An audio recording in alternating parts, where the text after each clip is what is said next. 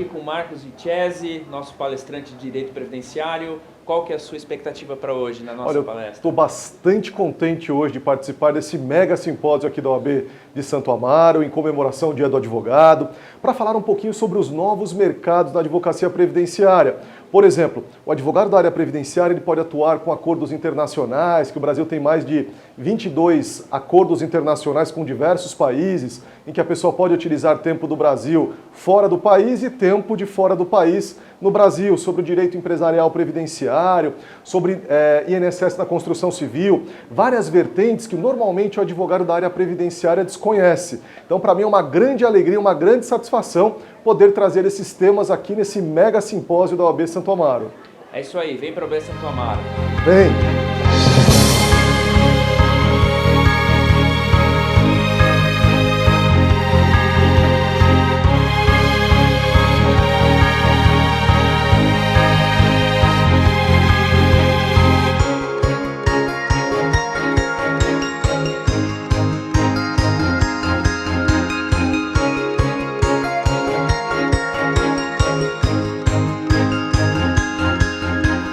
Olá, Laís, tudo bem? Tudo ótimo. Aqui hoje no simpósio do Dia do Advogado, você vai falar para nós da importância da vida saudável para nós profissionais do direito. O que você tem para trazer para nós aqui hoje? Exatamente, doutor Fante. O conceito que a gente está trazendo, a proposta é que pessoas saudáveis, isso já foi comprovado, elas produzem mais. Pessoas saudáveis que cuidam da alimentação, que praticam atividades físicas, que se preocupam com a alimentação, elas ganham 3 vezes mais do que pessoas que não se preocupam com a alimentação, com a saúde, que não têm disciplina, não têm foco.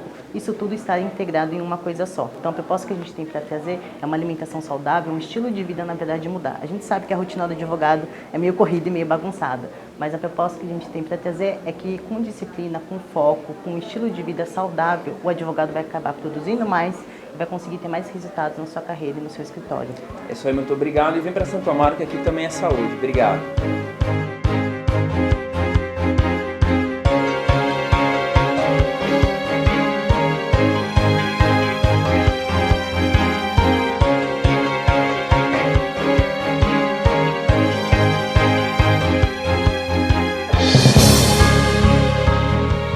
Olá, Lucimara, tudo bem? Tudo Qual bem. que é a importância desse tipo de evento aqui para a subseção?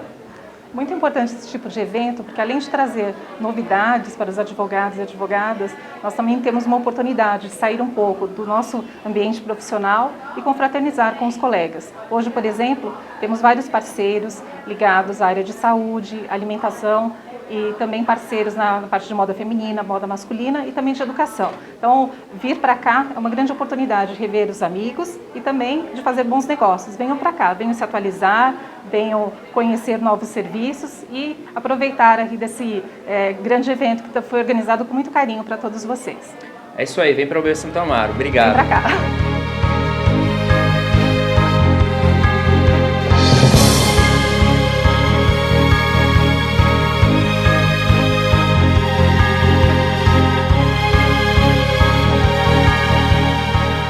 Olá, estou aqui com a Cláudia do Banco Original, vai falar para nós da importância do planejamento financeiro para o advogado. Qual que é a função do planejamento financeiro para o profissional do direito? Então, é muito importante, né? Meu nome é Cláudia, eu sou do Banco Original, já estou lá no banco há 5 anos, trabalho na área de investimentos.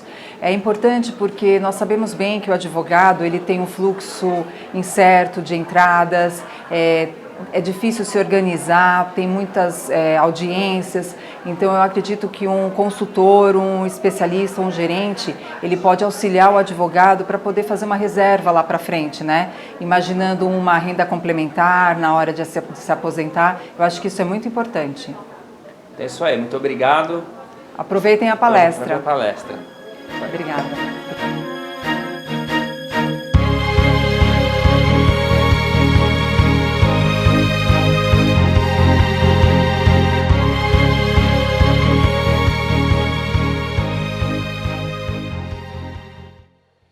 Peço a atenção de todos para darmos início ao evento simpósio do Dia do Advogado, a 102ª subseção de Santo Amaro, na pessoa de nossa ilustríssima presidente, doutora Lisandra Gonçalves. Temos a honra de apresentar a comemoração do Dia do Advogado. Com vocês, o nosso palestrante, o doutor Gustavo Dias da Silva Rosa, que vai tratar da palestra Acordo Trabalhista e as dificuldades na homologação. Boa tarde a todos. Hoje falaremos sobre um dos temas, inovações, uma grande inovação da reforma trabalhista de 2017, que foi muito aguardada pela sociedade civil. Trata-se da acordos trabalhistas extrajudiciais, um procedimento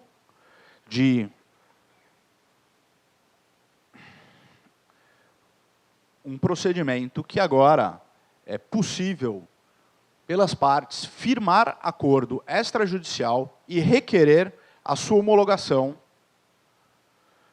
judicialmente para alcançar a coisa julgada material e evitar a rediscussão da matéria que foi acordada. Se trata de um procedimento de jurisdição voluntária, ou seja, não há litigantes, apenas as partes que agora poderão se autocompor e pedir a homologação judicial. Esse artigo ele foi muito esperado na reforma, visto que as partes requerentes na Justiça do Trabalho, elas possuem o jus postulandi, ou seja, não é necessário que um advogado represente as partes para que elas venham a litigar em juízo na Justiça do Trabalho. Elas podem livremente requerer, litigar e, inclusive, praticar atos na Justiça do Trabalho. No entanto, elas não podiam, até a reforma, se autocompor. Ou seja, o legislador deixava que as partes pudessem brigar e litigar, mas não firmar acordo entre si. E como o brasileiro é muito criativo, ele sempre buscou meios para tentar alcançar esse direito. Na década passada, surgiram as câmaras arbitrais. Muitas câmaras arbitrais foram instituídas, principalmente aqui no estado de São Paulo. Então, as partes iam até as câmaras arbitrais, firmavam acordo nas câmaras, no intuito de dar validade a esses acordos. Mas não demorou para que esses acordos fossem contestados em juízo.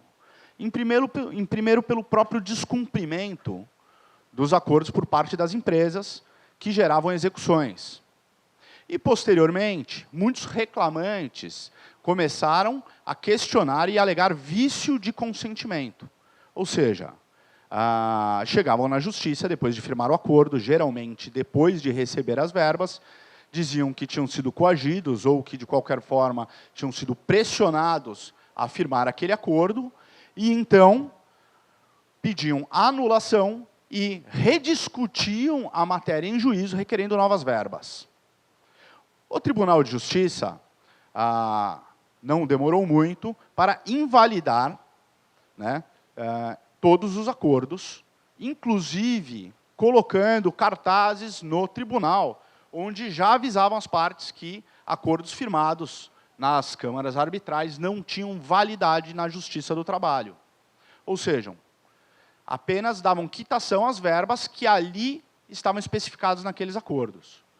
Portanto, as partes perderam o interesse de se utilizar das câmaras arbitrais, porque não trazia a segurança jurídica que as partes tanto almejavam. Também, o brasileiro, sempre com o seu jeitinho, muitas vezes de forma errada, buscou essa homologação através das famosas ações casadas. Como que se fazia? E, infelizmente, ainda faz. Eu vi até que um doutor deu risada ali, já deu risada quando falou das ações casadas. Ele já deve ter visto isso na Justiça do Trabalho, porque foi muito comum, infelizmente.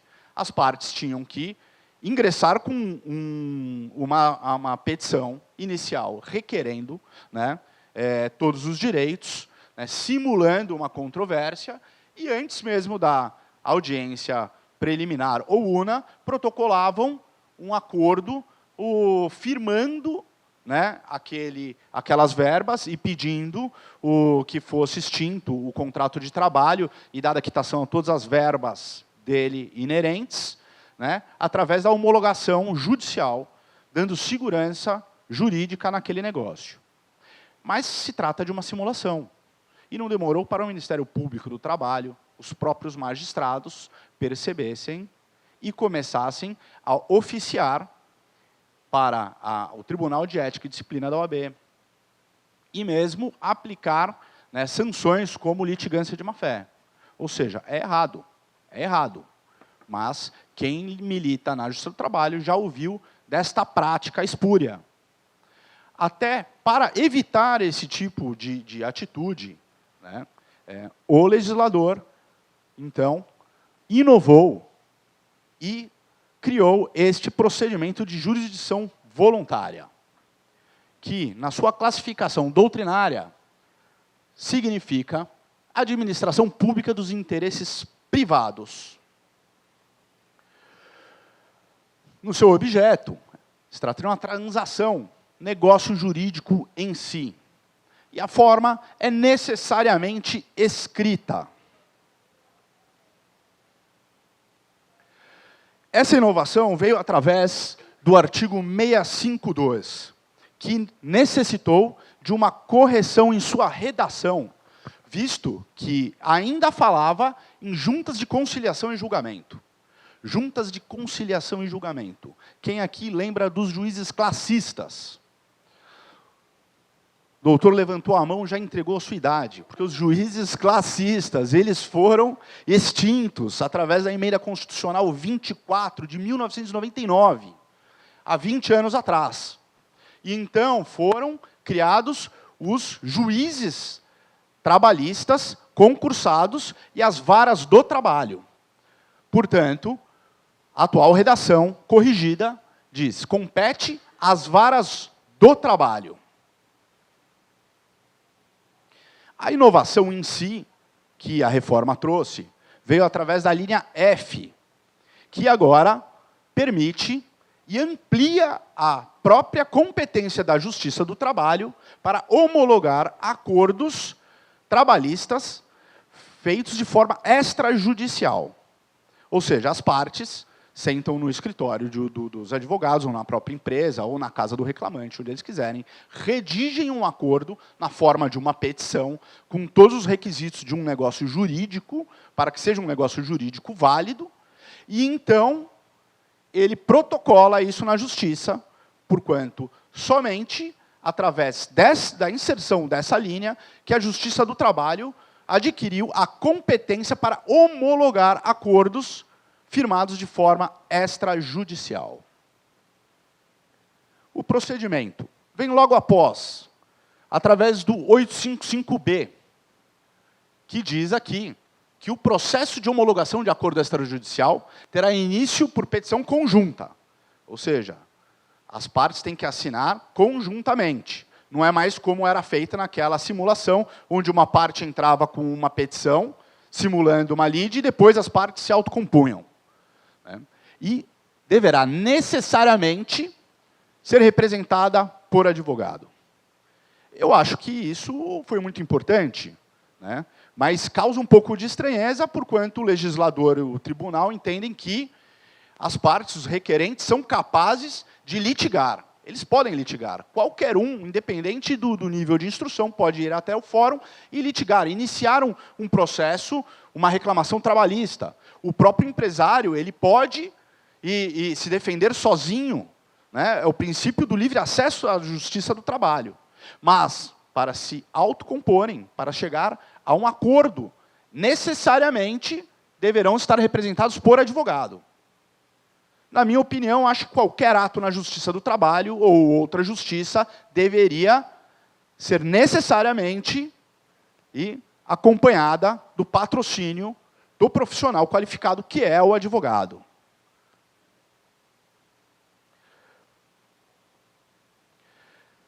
Há necessidade de serem advogados distintos, ou seja, não basta um advogado, como muitas vezes é feito em acordos de divórcio, guarda, pensão, onde as partes sentam no escritório do advogado e firmam um acordo e patrocinados por um único advogado.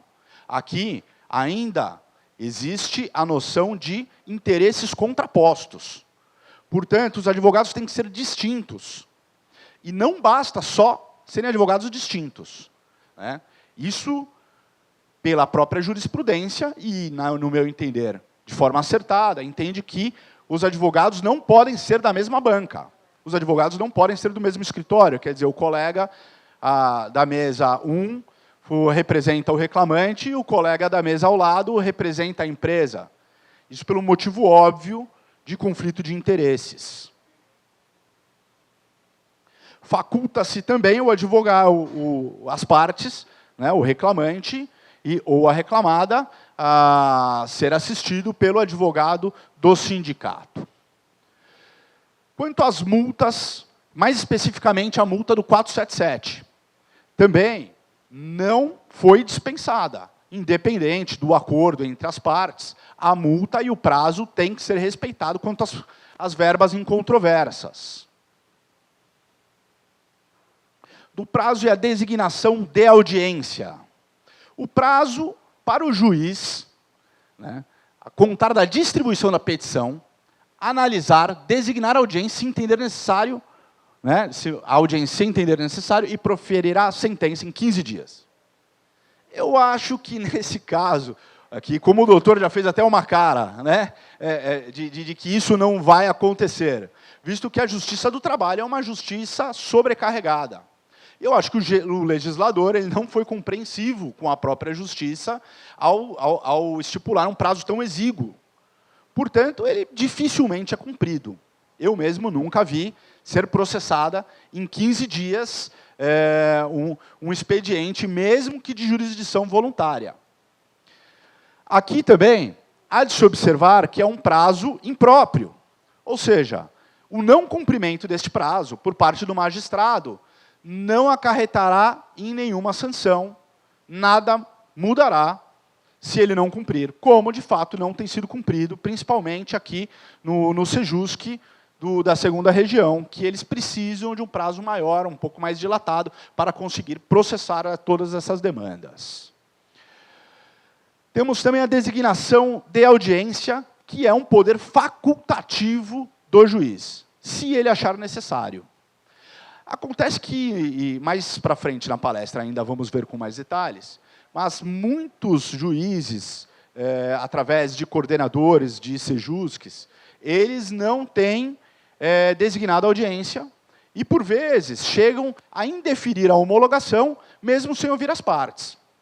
Eu acredito que a dispensa da audiência deveria ocorrer somente caso o juiz, a prima facie, já entendesse pela homologação do acordo. Mas jamais dispensar a oitiva das partes, né, a audiência, e indeferir a pretensão das partes que comungaram de comum acordo e firmaram um acordo. Com relação à suspensão do prazo prescricional. O prazo prescricional ele é suspenso, mas somente referente às verbas discriminadas naquele acordo. Ou seja, uma vez protocolada a petição, com toda a discriminação das verbas, ela é processada, e porventura o juiz indefere a homologação. A empresa, geralmente a maior interessada, indignada, recorre. Demora-se 2 anos e 1 dia para que transite em julgado. Transitou em julgado, volta a correr no dia seguinte do trânsito em julgado o prazo prescricional. Mas aqueles direitos e verbas que não foram discriminados no acordo, eles já prescreveram. Eles já prescreveram. Ou seja, se no acordo estava descrito horas extras, um acidente do trabalho, a diferença do FGTS, algo nesse sentido, e depois de 2 anos volta a correr o prazo, e então, se o requerente, o reclamante, ingressa com uma reclamação trabalhista e fala, não, agora eu quero também incluir o adicional de insalubridade. Não, não pode. Não pode, porque o prazo só foi suspenso, né, com relação às verbas que foram discriminadas no acordo. Da decisão. Os acordos homologados se tornam título executivo judicial. É isso que todos esperam, que um acordo tenha eficácia de título executivo judicial, que é o que realmente traz a segurança jurídica que as partes querem quando firmam um acordo.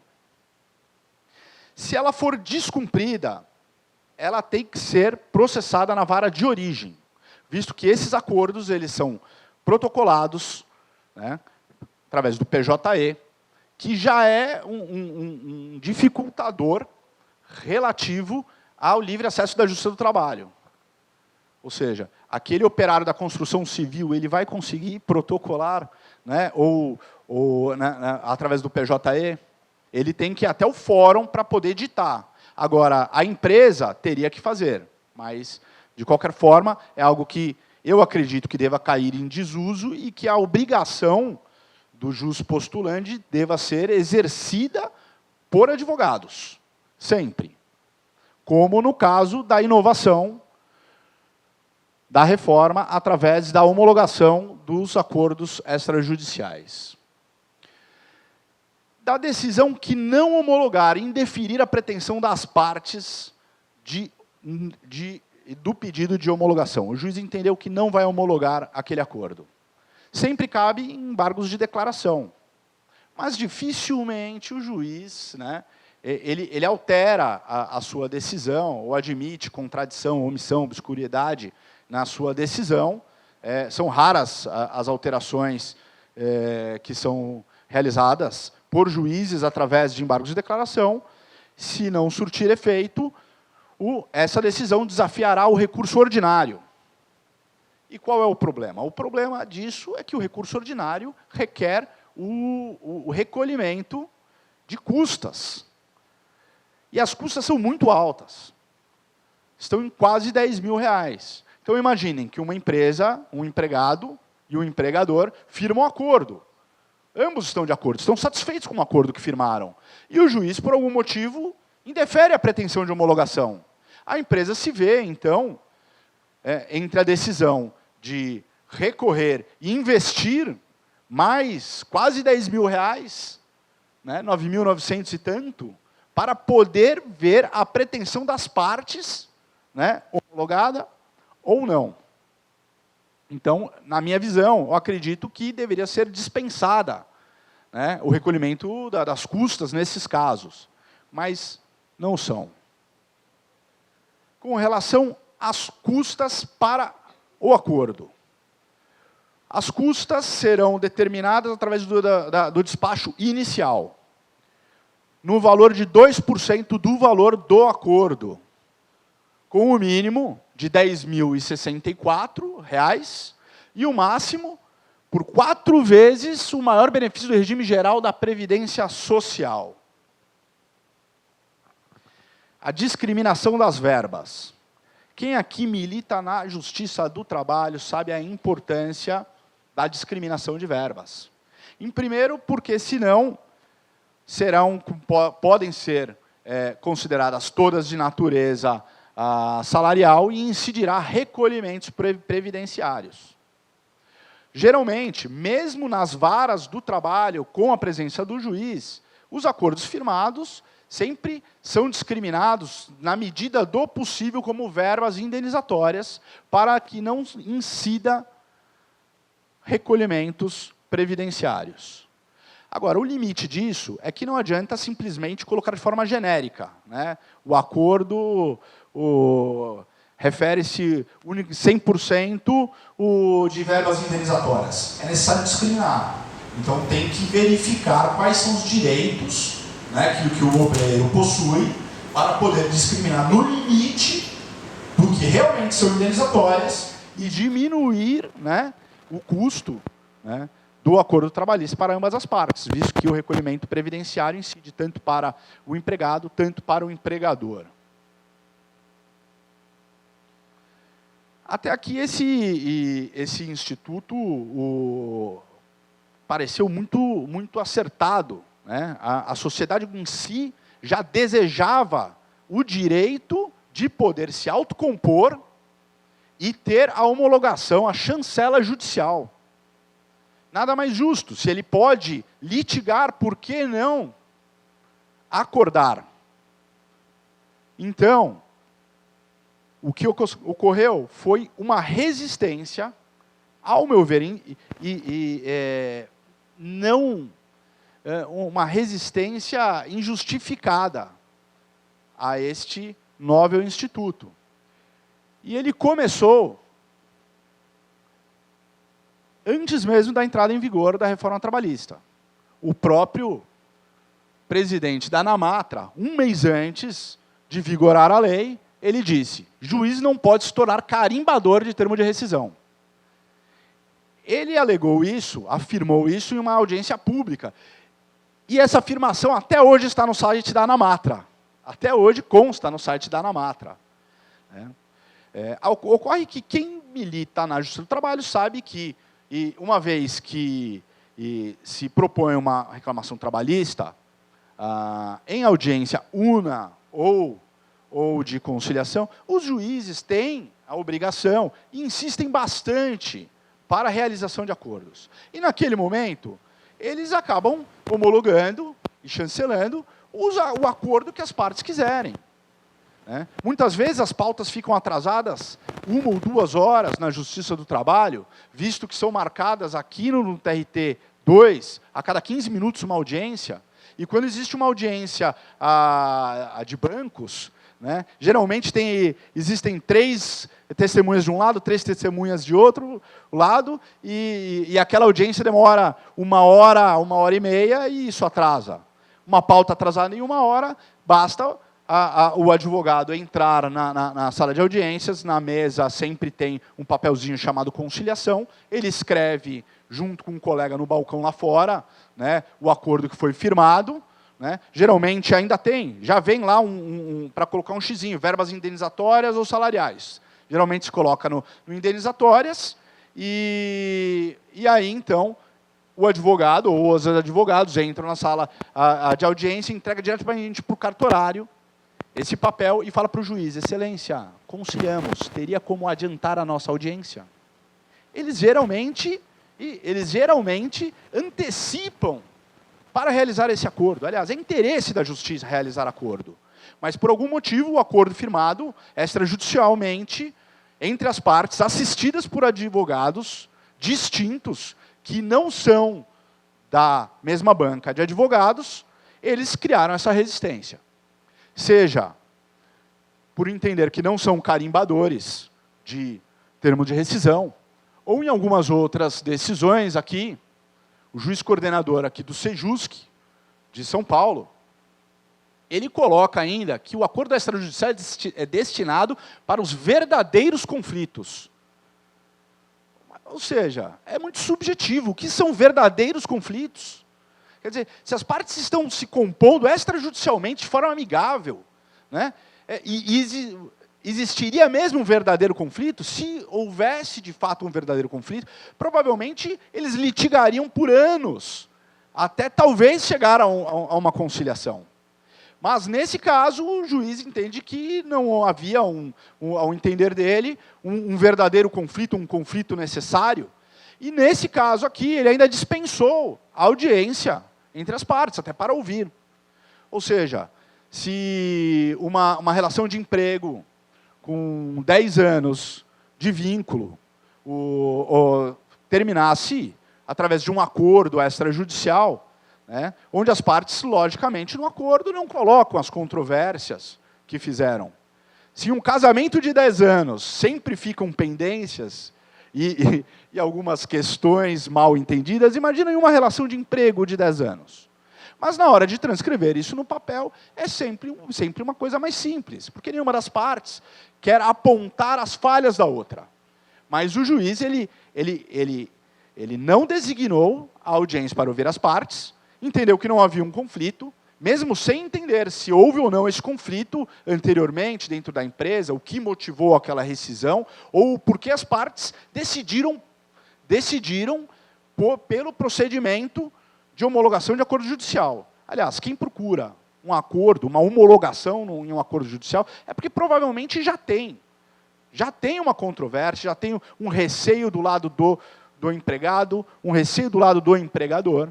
Mas, nesse caso, aqui no Sejusc e da Barra Funda, eles estão exigindo que sejam conflitos. O juiz, ele foi mais além. Ele decidiu pela inconstitucionalidade da linha F. Ele declarou inconstitucional a linha F. E negou, né, de forma ampla, a homologação. Porém, no tribunal, existem pessoas sensatas. E, nesse caso, eu vou colocar aqui, enaltecer aqui o desembargador, doutor Ricardo Marcelo da Silva, que, na sua decisão, que reformou essa decisão de inconstitucionalidade, ele colocou aqui a interpretação restritiva sugerida pela sentença recorrida é patológica. O óbice, a composição amigável direta entre trabalhadores e empregadores em casos como o deste processo, viola os princípios da fraternidade e da segurança jurídica e o direito à liberdade previsto nos artigos 3º, 5º e 6º da Constituição. Eu acho que isso foi uma aula de constitucionalidade, de princípio de boa-fé. Ele enxerga, de fato, que a autocomposição ela é necessária para a pacificação social. Eu acompanho integralmente o entendimento deste desembargador. Se não bastasse todos esses entendimentos divergentes sobre o tema, os Sejuscs regionais, eles têm lançado verdadeiras cartilhas em forma de diretrizes para nortear a forma com que este artigo deve ser processado na Justiça do Trabalho. Ao meu ver, se trata de legislar sobre o que já foi legislado. No entanto, matéria trabalhista é de competência exclusivamente federal. E aqui nesse caso, e vou me ater aqui ao Sejusc da 2ª região, eles colocam bastante coisa, muitas diretrizes, não tenho como passar uma a uma, mas algumas chamam bastante atenção, como, por exemplo, a existência ou não de vínculo de emprego não está ao arbítrio dos requerentes. Os requerentes possuem o arbítrio de litigar. Eles podem ir até a Justiça do Trabalho e requerer o que bem entenderem. O reclamante pode ir até a Justiça do Trabalho e requerer 1 milhão de falar em acidente do trabalho, alegar assédio moral, alegar todo tipo de irregularidade da empresa. A empresa, por sua vez, pode alegar o que ela quiser também, até porque as partes não fazem prova contra si próprias. Então, tanto o requerente quanto o preposto ou o dono da empresa, eles vão até lá e falam o que eles quiserem. Eles têm esse arbítrio, né? De acordo com o legislador, eles têm esse arbítrio. Mas, se eles quiserem firmar acordo referente a vínculo de emprego, que é um dos maiores problemas que temos na Justiça do Trabalho, eles não podem aqui no TRT2. Além disso, outros pontos que chamam a atenção são verbas rescisórias. As partes não podem firmar acordo extrajudicial através de procedimento de jurisdição voluntária que verse exclusivamente sobre verbas rescisórias. Ou seja, aquele funcionário de 30 anos, a empresa precisa dispensá-lo, mas o custo é muito alto.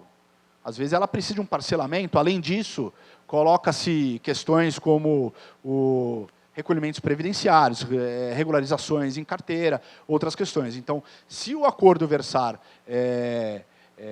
sobre verbas rescisórias e algumas outras verbas periféricas, eles também não estão homologando. Não estão homologando, porque eles entendem que isso não é uma verdadeira controvérsia, é uma obrigação da empresa quitar as verbas rescisórias. Então, eles também não podem, mesmo quando o empregado ele aceita que a empresa a parcele ou de qualquer outra forma faça algum acordo com verbas rescisórias, ele não pode. também não vão expedir ofícios. Né? Ou seja, a impressão que nos dá é que tudo que eles poderiam fazer para ajudar, auxiliar a autocomposição, né, mitigar a litigância na Justiça do Trabalho, não estão fazendo. Então, antes de ingressar com um acordo trabalhista extrajudicial e requerer a homologação, vale entrar nos sites dos tribunais regionais do trabalho, né, e buscar as diretrizes que os sejusques têm emanado. Senão, a autocomposição não será homologada. O que gera outra questão. Geralmente, quando se faz acordo, o empregado ele quer o dinheiro. Então, se firmou o acordo, ele já quer a primeira parcela, pelo menos. Né?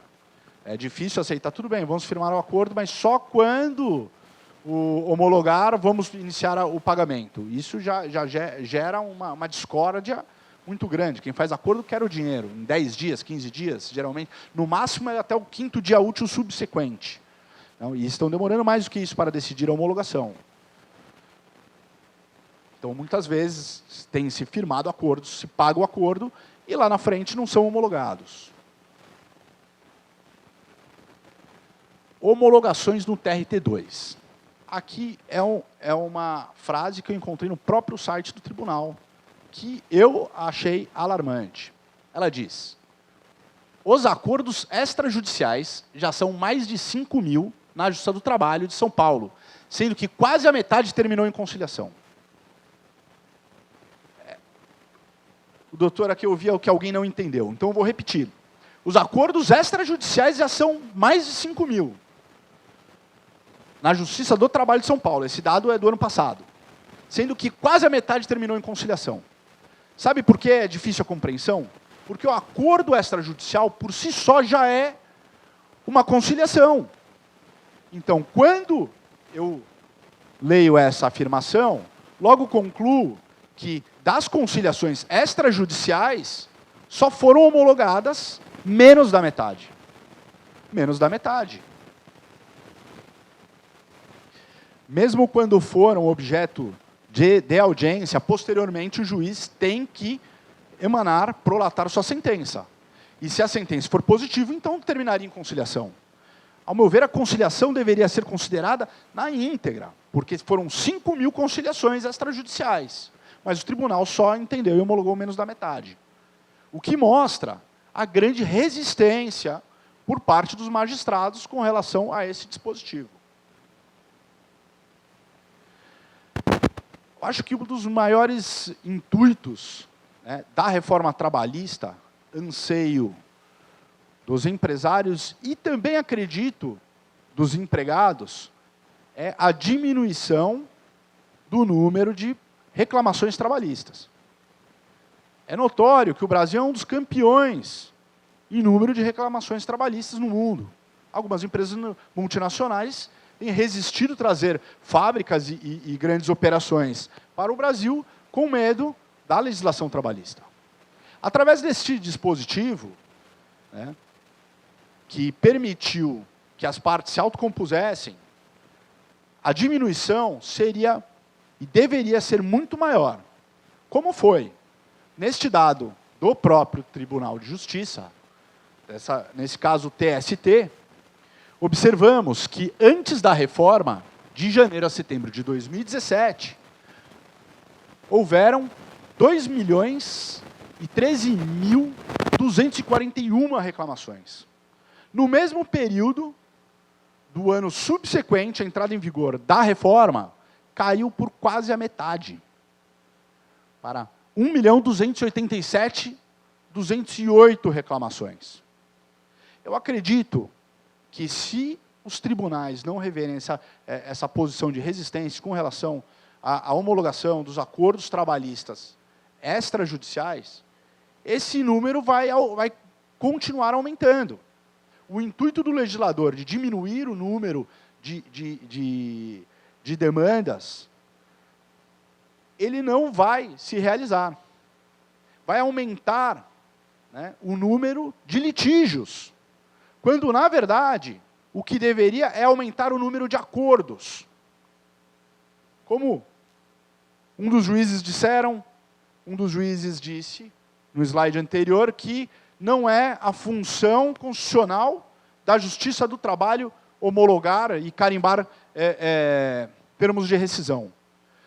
Mas certamente é primordial para a justiça como um todo, não só do trabalho, a pacificação social e a segurança jurídica para as partes que se autocompõem, privilegiando o consenso, a pacificação social e a boa-fé. Por esse motivo, tenho certeza que todos os advogados devem continuar buscando a conciliação trabalhista extrajudicial para evitar os litígios, e quando houver uma decisão pela não homologação que não seja justificada, porque acredito que a função do magistrado, nesse caso, é evitar abusos, verificar se não existe fraude, vício de consentimento, ações casadas, essas sim não devem ser homologadas, não devem ser chanceladas pela justiça. Mas quando houver uma livre e espontânea manifestação de vontade entre as partes para conciliar, é dever da justiça homologar e diminuir a litigância na Justiça do Trabalho. Bom, muito obrigado pela atenção de todos, agradeço e parabenizo a todos pelo Dia do Advogado e Advogada. Meu nome é Gustavo Dias Rosa, coordenador de Cultura e Eventos da OAB Santo Amaro. Acabamos de realizar o simpósio em comemoração ao Dia da Advocacia. Contamos com a presença de centenas de colegas advogados e advogadas, bem como membros da magistratura. Tive a honra de ministrar palestra com o tema Acordo Trabalhista Extrajudicial e as dificuldades na homologação. Não deixem de participar dos eventos da OAB Santo Amaro. Mais um evento de sucesso. Olá, Advocacia de Santo Amaro. Hoje foi um dia muito alegre para nós, porque nós fizemos várias atividades nesse sábado, com palestras, vários sorteios. Foi muito alegre esse dia especial em comemoração ao nosso dia, o Dia do Advogado. Então, mais uma vez, parabéns a todos nós e tenhamos um mês todo de comemorações.